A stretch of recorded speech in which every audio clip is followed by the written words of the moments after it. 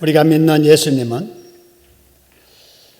모든 것을 다 하시고 무엇이든지 다 하실 수 있는 조물주이시고 하나님이십니다. 그렇기 때문에 예수님께서 이 세상에 오셔도 그 예수님의 위상에 걸맞게 어울리게 오셔야 우리가 이해가 가능할 일입니다. 근데 우리가 아는 대로 예수님께서 이 세상에 오신 모습을 보면은 전혀 그렇지 않으셨지요. 힘 있는 권력자, 재력가로 오신 것이 아니라 어린 아이로 오셨습니다. 어린 아이로 태어나셨어도 세계 최강의 왕의 아들로 태어나신 것이 아니라 가난한 시골 마을 한 목수의 아들로 태어나셨습니다. 태어난 장소도 안방 따뜻한 아랫목이 아니라 짐승이 사는 외양간에서 태어나셨습니다. 하나님이신 예수님께서 말입니다. 여러분, 왜 그러셨을까요?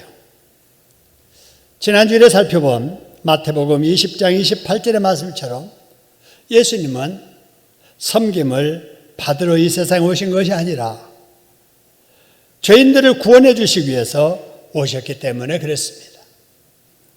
죄인들을 대신해서 십자가에 죽으심으로 죄인들이 치러야 될 죄값을 대신 치러주시기 위해서 오셨기 때문입니다. 우리가 그 은혜를 힘입어서 죄 용서받아 지금 하나님의 자녀로 천국의 백성으로 이 땅에 살고 있는 줄로 믿으시기를 소원합니다. 한번 따라합시다. 하나님이신 예수님께서 나의 죄 문제를 해결해 주시려고 이 세상에 오셔서 내 대신 십자가에서 죽임을 당하시고 그 다음에 같이 한번 읽어봅니다. 나는 그 은혜로 죄 용서를 받아 하나님의 자녀로 살고 있다. 할렐루야. 그렇게 해주신 우리 하나님께 박수로 감사드립시다. 감사합니다. 여러분, 오늘의 본문의 말씀은 우리를 구원해 주시기 위해서 이 땅에 오신 예수님께서 이제 그 일을 이루시려고 예루살렘으로 가시는 길이었습니다. 다시 말하면 죽으러 가시는 거지요. 근데 29절의 말씀을 보면은 큰 무리가 예수님을 따르고 있었습니다. 왜 많은 사람들이 이렇게 무리를 지어서 예수님을 따르고 있었을까요? 그들은 예수님과 생각을 같이 하는 사람들이 아니었습니다. 주로 가시는 예수님을 위로해 드리려고 가는 사람들도 아니었습니다. 대속의 고난과 죽임을 당하실 예수님께 힘을 불어넣기 위해서 응원하러 가시는 길도 아니었습니다. 오직 예수님 덕에 자기 욕심 잃어버리려고 따라가고 있었습니다. 여러분, 예수님과 3년 동안 합숙하면서 집중 훈련을 받았던 제자들, 그 중에서도 가장 예수님과 가까이 지냈던 야고보와 요한도 그 뒤를 따라가면서 우편자리, 좌편자리를 탐하고 있는 것을 보면 다른 제자들은 물론 예수님을 따라하는 무리들의 마음 역시 두말할 나위가 없었을 겁니다. 예수님께 고난이 오든 말든 예수의 십자가에 죽임을 당하든 말든 그거는 관심 없고 예수님 덕에 자기들의 욕심을 채우고자 예수님을 따르고 있었습니다. 이런 그들의 모습을 비유한다면 여러분, 마치 엄마는 중병에 걸려서 죽어가는데 배고픈 것만 생각하고 엄마 젖꼭지를 물고 놓지 않는 갓난애 같은 모습들입니다. 그런데 여러분, 오늘날 예수 믿는 사람들 중에 당시 예수님을 따르던 이런 무리들과 다름없이 예수를 믿는다 하면서도 예수님을 뒷전에 두고 사는 성도들이 많습니다. 주님이 1번이 아닌 자기가 1번인 사람들, 교회가 1번이 아니라 자기 집이 1번인 사람들, 주일이 1번이 아니라 자기 취미 활동이 1번인 사람들. 주님께 헌신할 마음도 주님께 충성할 마음도 없이 주님께 별 도움이 안 되는 무리 중에 있는 교인들 말입니다. 그렇다면 아무리 큰 무리가 예수님을 따른들 그 무리의 수가 얼마나 의미가 있겠습니까? 여러분, 어중이 떠중이 아무 의미가 없는 사람들이지요. 여러분, 이런 말씀을 들으면서 예수 따르고 있는 나는 지금 과연 어떤가 점검해 보시길 바랍니다. 여러분, 그래서 이왕에 믿고 예수님을 따라도 제대로 바르게 믿고 예수님을 따르는 저와 여러분 될 수 있기를 주님의 이름으로 축원합니다. 여러분, 그런데 예수님을 이렇게 자기중심으로 따르는 이 사람들보다 더 측은해 보이고 불쌍한 두 사람이 30절에 등장합니다. 바로 두 맹인들이지요. 이들은 시각장애를 입어서 보지 못하니까 자유롭게 움직일 수도 없었고, 그래서 예수님을 같이 따라갈 수도 없어서 예수님께서 지나가신다는 소문 듣고 길목에 앉아서 기다리고 있었던 사람들입니다. 그런데 이런 불쌍한 사람들이 34절의 말씀을 보니까 어떻게 되었느냐? 곧 보게 되어 그들이 예수님을 따르니라. 할렐루야. 육신의 시각장애가 해결되어서 볼 수 있게 되었고, 영적인 장애도 해결되어서 예수님을 따르게 되었으니 그야말로 운명이 바뀐 기적의 역사가 일어나게 된 것입니다. 여러분, 도대체 무슨 일이 있었기에 이들에게 이렇게 엄청난 복된 기적이 일어날 수 있었을까요? 여러분, 몇 가지 그 이유가 있습니다. 첫 번째는 이들이 예수님의 소문을 들었기 때문입니다. 어떤 소문 들었을까요? 예수님 믿으면 구원받는데, 예수님 믿으면 죄 용서받는데, 예수님 믿으면 앓고 있는 문제도 해결받는데, 질병도 고침받는데, 너같이 보지 못한 사람도 볼 수 있대 라는 예수님의 소문을 듣게 됩니다. 여러분, 예수님의 이 소문을 우리는 뭐라고 하느냐? 복된 소식, 바로 복음이라 이렇게 말합니다. 여러분, 사람이 정말 사람답게 살고 복되게 살려면 바로 이 예수의 소문을 드려야 됩니다. 할렐루야. 왜 드려야 되느냐? 이 예수의 소문을 들으면 우리가 잘 아는 로마서 10장 17절의 말씀처럼 보세요. 믿음은 무엇으로 나며 그래서요? 들음으로 나며. 들어야 되는 거예요. 뭘 들어야 되느냐? 그 들음은 뭐로 말미암았느니라 그래서요? 그리스도의 말씀.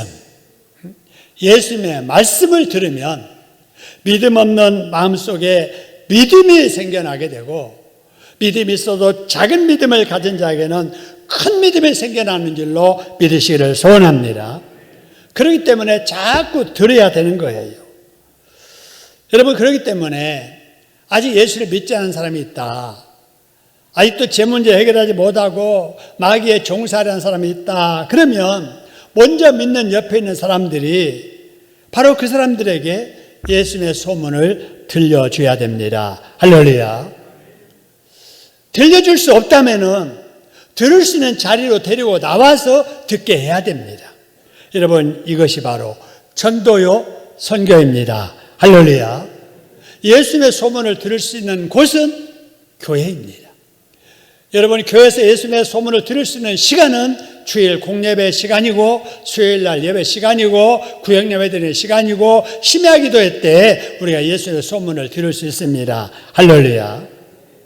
그래서 여러분, 예수 믿는 사람들은 한 번이라도 더 예수의 소문을 들으려고 교회 공예배에 나와야 되고, 가족 중에, 자녀들 중에, 이웃 중에, 친구 중에 아직도 예수님을 믿지 않는 사람이 있다면은 예수님 소문을 들을 수 있는 이런 시간에 데리고 와서 예수님의 소문을 듣도록 해야 됩니다. 할렐루야. 여러분, 그런데 많은 사람들이 이런 예수님의 소문을 듣기보다는 세상 소문 듣기를 좋아합니다. 그래서 사람들의 영혼이 점점 하나님과 멀어져 갑니다. 여러분, 그렇게 하는 것이 무엇인지 여러분 아시지요? 핸드폰이 그렇습니다. 여러분, 운전하는데 오토바이가 앞이 쭉 열려 있는데도 잘 안 가요. 그래서 옆에 우리 부목사님 운전하다가 저 오토바이 운전자 지금 핸드폰 보고 있습니다 그래요. 아니, 오토바이를 운전하면서도 그 위험한 그 순간에 핸드폰을 보고 있는 거예요. 횡단보도를 건너면서도 핸드폰을 봅니다. 엘리베이터를 타고서도 핸드폰 봅니다.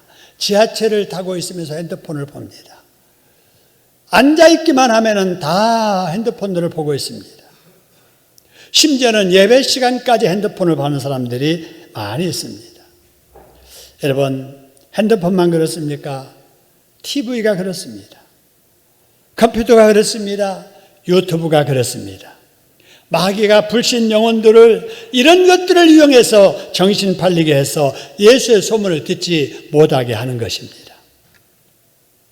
그런데도 불신자들은 그런 영적 세계의 일들을 알지를 못합니다. 알지 못하기 때문에 사람이 사람답게 살고 사람의 복되게 살게 하는 예수님의 소문에는 관심이 없고 핸드폰에 다 정신 팔려 있습니다.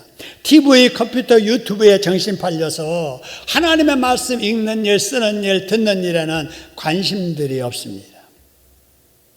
그러니까 안고 있는 문제를 해결하지 못하는 거예요. 그러니까 죽은 영혼이 살아나지 못하는 거예요. 그러니까 죽은 영혼이 살아났을지라도 믿는 자답게 능력 있는 믿음의 삶을 하지 못하는 것입니다.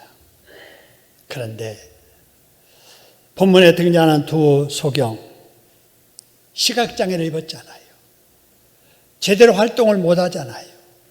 경제활동 못하잖아요. 그러니까 남에게 의존해서 살 수밖에 없는 불쌍한 사람들이잖아요. 그런데도 불구하고 누군가 이들에게 예수의 소문을 들려줬던 겁니다. 그 예수의 소문을 듣는 순간에 이 소경의 마음속에는 예수님을 만나고 싶은 그 열정, 간절함, 그런 믿음이 생겼던 것입니다. 바로 여기서부터 그들의 운명이 바뀌게 되는 복된 일이 일어나게 된 겁니다. 할렐루야. 만일에 누군가 그들에게 전도한 사람이 없었다면 그들은 여전히 보지 못하고 남에게 의존하며 생명을 부지해야 하는 불쌍한 삶에 평생을 갇혀 지내야 했을 것입니다. 그런데 그들에게 전도한 사람이 있었기에 그들의 육체적인 시각장애 문제도 해결되고 마귀에 붙들려 있던 영혼의 문제도 해결받아서 그들의 운명이 바꿔지게 된 것입니다. 할렐루야. 그래서 여러분, 전도가 중요하고 선교가 귀한 것입니다. 여러분, 나의 전도를 통해서 이렇게 하나님께서는 죽은 영혼을 살리시고 장애 문제도 해결하시고 삶의 문제도 해결해 주시고 성격 변화, 환경의 변화도 해 주심을 기억하고 여러분, 달변이 아닐지라도 많은 것을 모를지라도 예수 소문 전하는 일에 힘쓰는 저와 여러분 되기를 주님의 이름으로 축원합니다.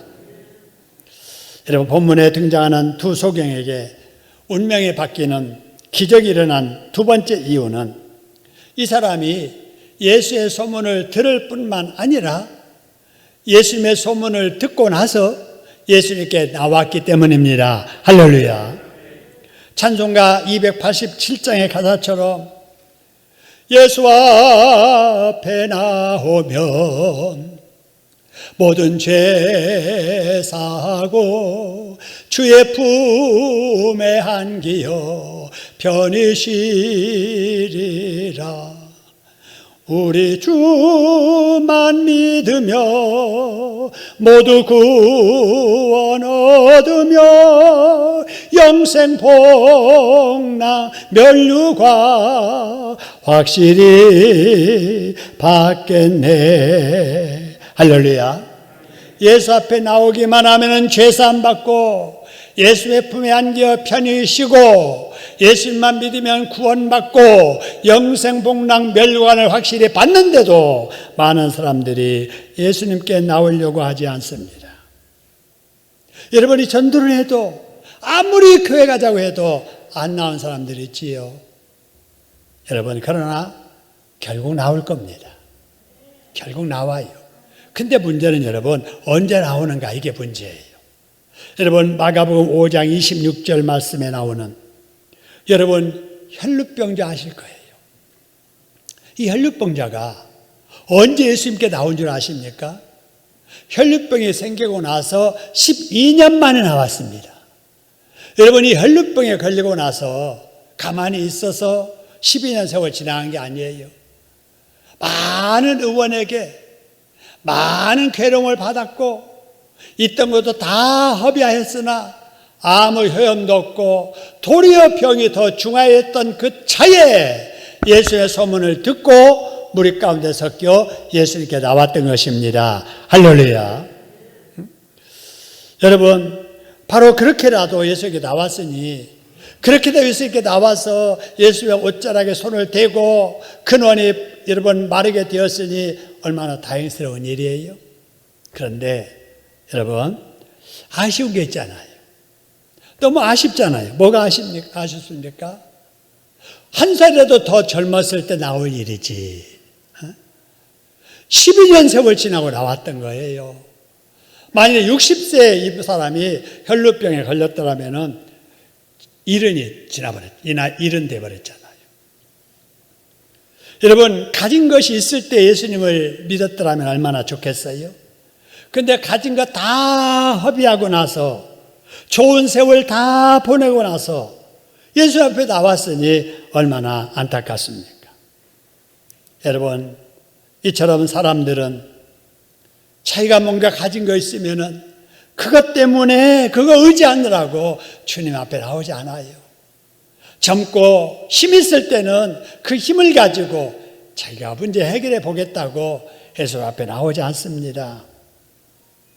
여러분, 그런데 저와 여러분은 그래도 나이 한 살이라도 더 젊었을 때 이렇게 예수님 앞에 나와서 스스로 하나님 앞에 걸어 나와서 예배드릴 수 있을 때 예수 믿게 된 것이 얼마나 큰 복인 줄을 여러분 깨달으시기를 주님의 이름으로 축원합니다.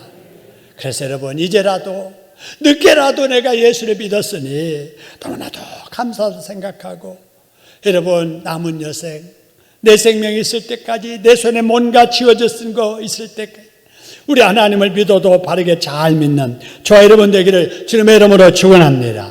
그런 마음으로 한번 따라해 보시죠. 이제라도 예수님께 나왔으니 믿어도 바르게 잘 믿어야 되겠다. 여러분, 그러다가 두 소경이 예수님께 운명이 바꿔지는 복을 받았듯이 여러분들도 그런 복을 받는 행복한 주인공들 되시기를 주님의 이름으로 축원합니다. 여러분, 그 다음으로 이 두 소경에게 기적 같은 복된 일들이 일어나게 된 세 번째 이유는 뭔가?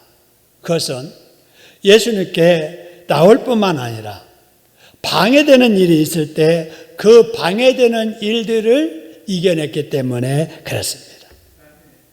두 소경에게 예수님께 나왔을 때 어떤 방해가 있었습니까? 첫 번째는 그 방해가 자신들에게 있었지요.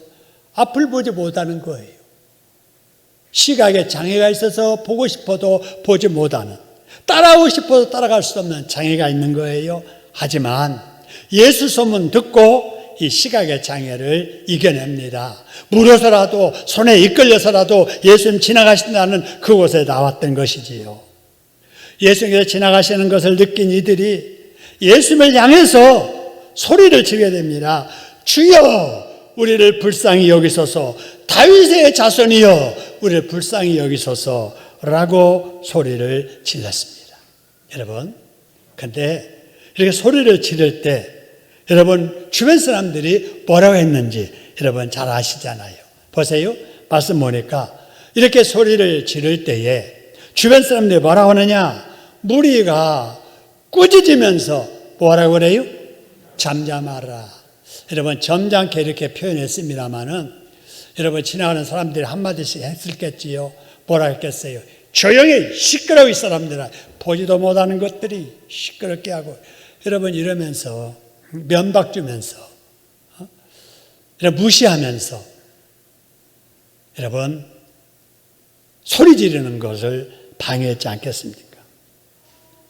여러분, 이 사람처럼 우리도 하나님이 기뻐하는 일을 안 하다가 해보겠다고 시작하면은 반드시 방해하는 일이 일어납니다.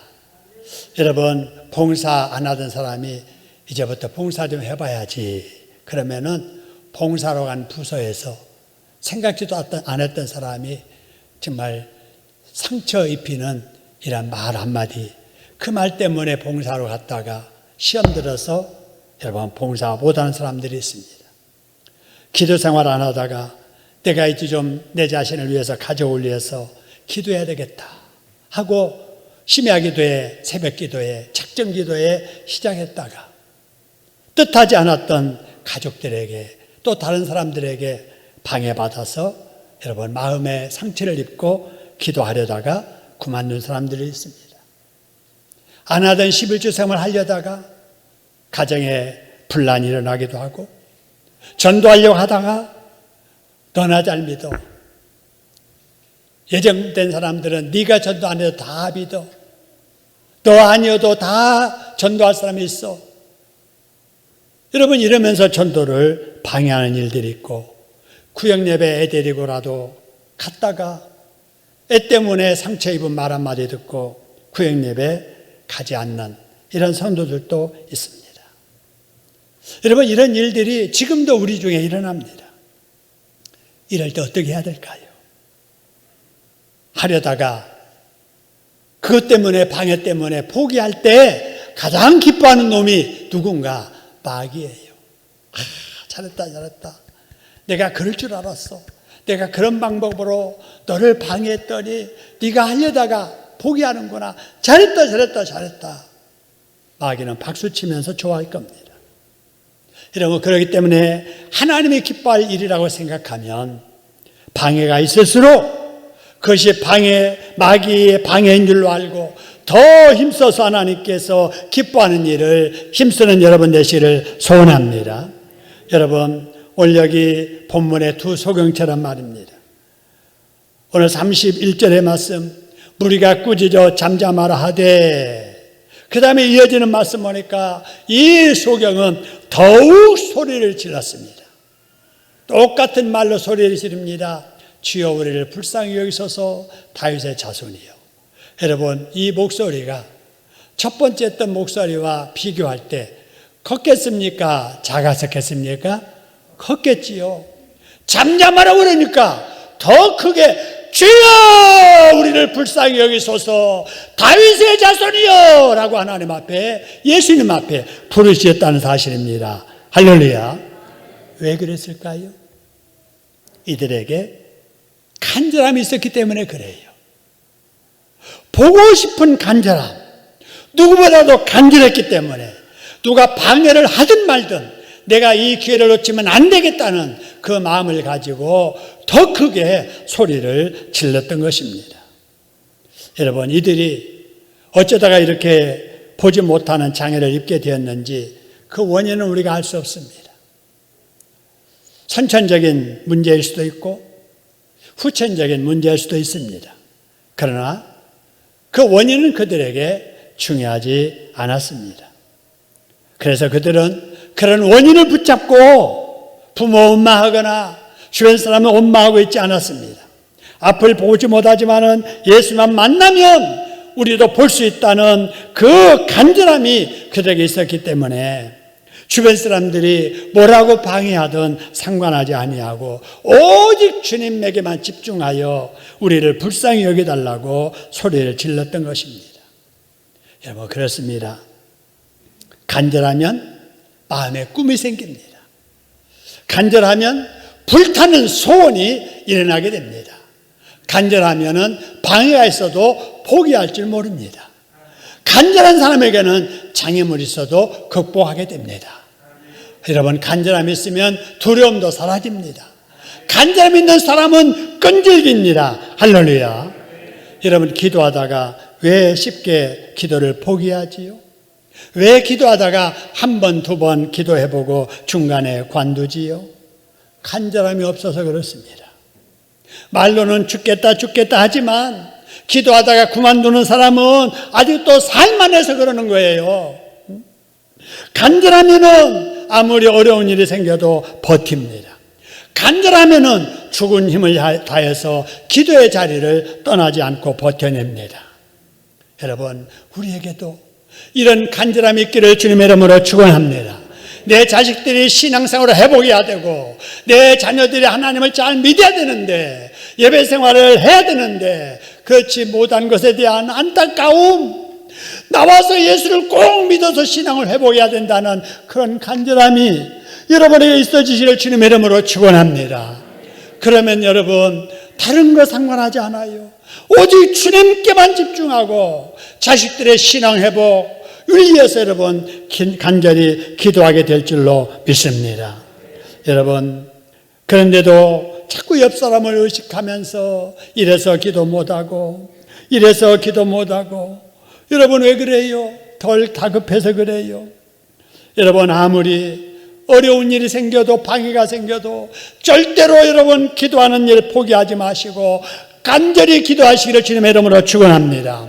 여러분, 성경에 기도에 대한 내용들이 많이 나오는데 몇 구절만 소개합니다. 누가복음 22장 44절에 예수님께서 겟세마네 동산에서 기도할 때 보세요. 예수께서 기도하실 때 힘쓰고 애써 어떻게 기도하시더니 그러세요? 더욱 간절히 기도하시더니, 사도행전 12장 5절을 보니까 하나님의 사자 베드로가 복음을 전하다가 감옥에 갇히게 됐을 때 교인들이 그들을 위해서 기도하는데 어떻게 하나님께 기도하더라 그랬어요? 간절히 하나님께 기도하더라. 야고보서 5장 17절에 보니까 엘리야가 3년 6개월 동안에 비가 오지 않는 그 나라를 위해서 기도하기를 어떻게 기도하였더라 그랬어요? 간절히 기도했더라.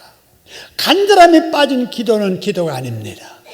여러분, 우리의 간절함을 실어서 하나님 앞에 기도하면 하나님이 반드시 응답해 주실 줄로 믿으시기를 소원합니다. 이왕에 하는 여러분의 기도도 주변 사람 의식하지 말고 오직 주님만 바라보는 간절함으로 주여 우리를 불쌍히 여기소서, 주여 저를 불쌍히 여기시고 제 기도에 응답해 주세요라고 간절하게 부르짖다가 응답받는 여러분 되기를 주님의 이름으로 축원합니다.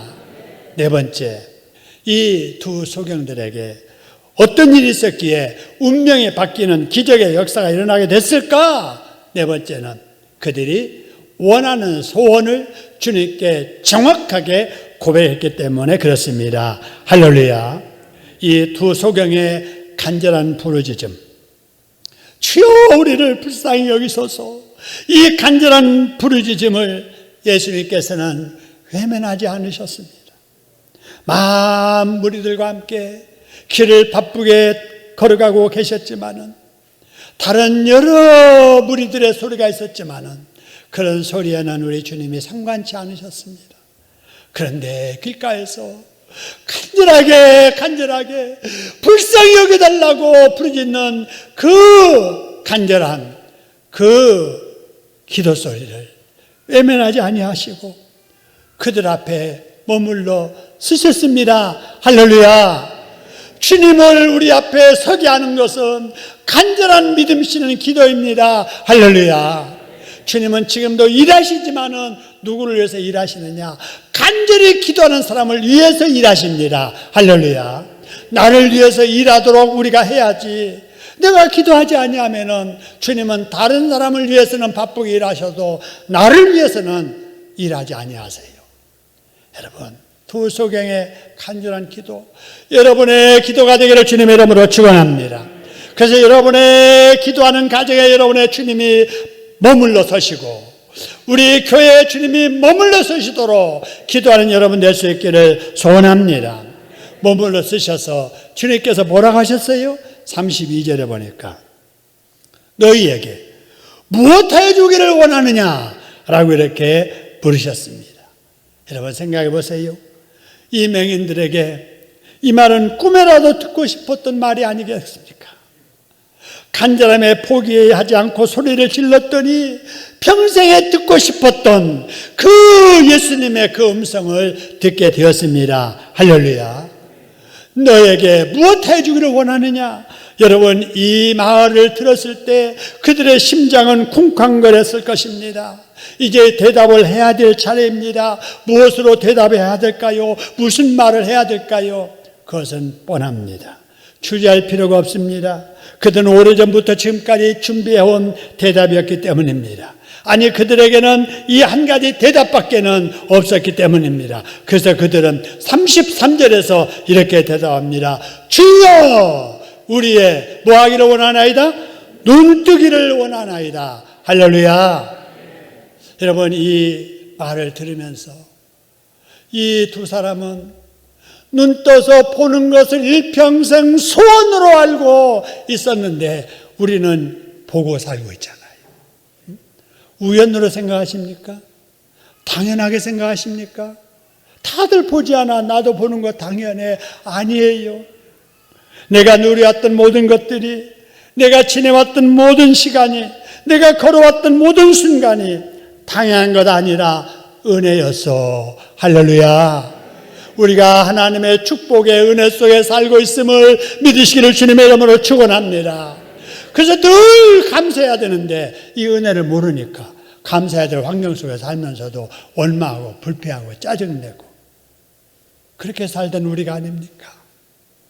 여러분, 우리는 병원에 누워있는 사람들이 단 한 번이라도 해봤으면 좋겠다는 그런 일 수천만 가지를 우리가 지금 누리고 살고 있잖아요. 우리는 기적의 사람, 행복의 사람들입니다. 할렐루야. 불평 불만하지 마시고 늘 여러분 감사하며 은혜에 감사하며 사는 여러분 되기를 주님의 이름으로 축원합니다.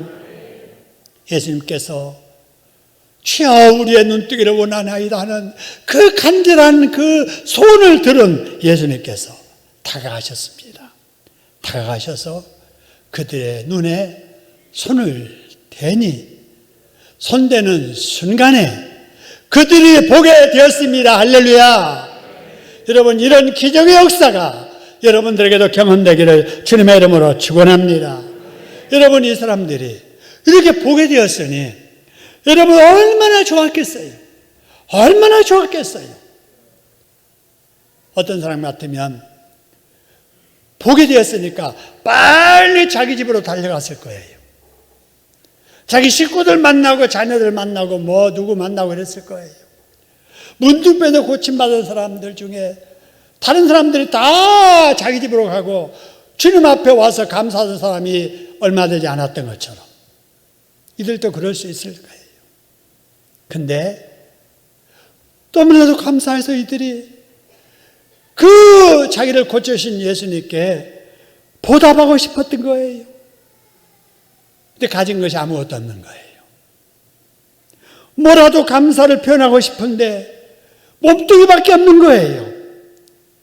그래서 그들이 찬송가 143장의 가사처럼 늘 울어도 눈물로서 못 갚을 줄 알아 이 몸밖에 드릴 것 없어 이 몸 바칩니다. 할렐루야. 그래서 그 빈손 들고 보게 된 그 몸뚱이 끌고 주님을 따라 나섰던 것입니다. 할렐루야. 육신의 눈만 치료받은 것이 아니라 영혼의 병도 고침받아 예수님 따르는 제자가 된 것입니다. 할렐루야. 운명이 바뀐 거예요. 여러분, 우리도 이미 생명의 이 주님을 만난 사람들인 줄로 믿으시기를 소원합니다. 우리도 운명이 이미 바꿔진 사람인 줄로 믿으시기를 소원합니다. 여러분, 감사하며 살아야 돼요. 나를 살려주신 주님, 나를 자녀 삼아주신 주님, 내 모든 것을 다 드려도 다 갚을 수 없는 주님의 그 은혜 감사합니다. 남은 여생 주님을 위해서 살렵니다. 여러분, 늘 감사하시면서 주님이 원하시는 그 기뻐하시는 일을 최선을 다해서 살아가는 저와 여러분 되기를 주님의 이름으로 축원합니다. 그러면서 우리의 시각을 조금 돌려야 될 게, 우리 주위에는 아직도 영적인 맹인들이 많이 있다는 거예요. 육신의 눈은 떠서 볼 것을 본다고 하지만은 영적으로는 맹인된 사람들이 많이 있습니다. 봐야 될 것을 못 보는 거예요. 유튜브는 보고, TV는 보고, 컴퓨터는 보고, 핸드폰은 보면서도 하나님의 말씀을 보지 않는 사람들. 세상에 좋아하는 것들은 보지만은 천국의 그 영화로운 그것을 볼 줄 모르는 사람들이 우리 주변에 많이 있어요. 이웃들, 우리 친구들만 아니라 우리의 자식들이 그 중에 한 사람이고 우리의 가족들이 그 중에 한 사람이라는 사실을 여러분이 기억하시길 바랍니다. 이들을 그냥 두고 보실랍니까? 언제까지 여러분 이 사람들을 그냥 두고 보실랍니까? 그러면 안 되잖아요. 우리의 구역 식구들, 우리의 전도회 식구들 중에 코로나 때문에 믿음의 생활 주저앉았다가 지금 일어나야 될 때가 됐는데도 일어나지 못하고 있는 이러한 영적인 장애 입은 자들, 여러분 우리가 관심 갖지 않으면 안 되잖아요. 찾아가서 예수님의 소문을 들려줘야 됩니다. 그래야 일어나지요. 그래야 주님 앞에 나오지요. 그래야 고침받고 치료받고 새 사람 되지요. 우리가 할 일이 바로 그겁니다. 여러분, 우리에게는 간절함이 필요해요. 먹고 사는 것에 대한 간절함도 필요하고, 자식을 바르게 잘 키워보겠다는 간절함도 필요하고, 삶의 문제를 해결해야겠다는 간절함도 필요하지만 영혼 구원에 대한 간절함도 필요합니다. 할렐루야. 여러분, 내가 구원받음에 대해서 감사하고 영적으로 아직도 소경된 자들을 주님께로 인도해야 될 사명이 우리에게 있음을 기억하면서 결석자들도 돌아보고 우리의 자녀들이 믿음의 자로 돌아오도록 간절히 기도하시며 예수님의 소문을 전해드리는 저와 여러분들 될 수 있기를 주님의 이름으로 축원합니다.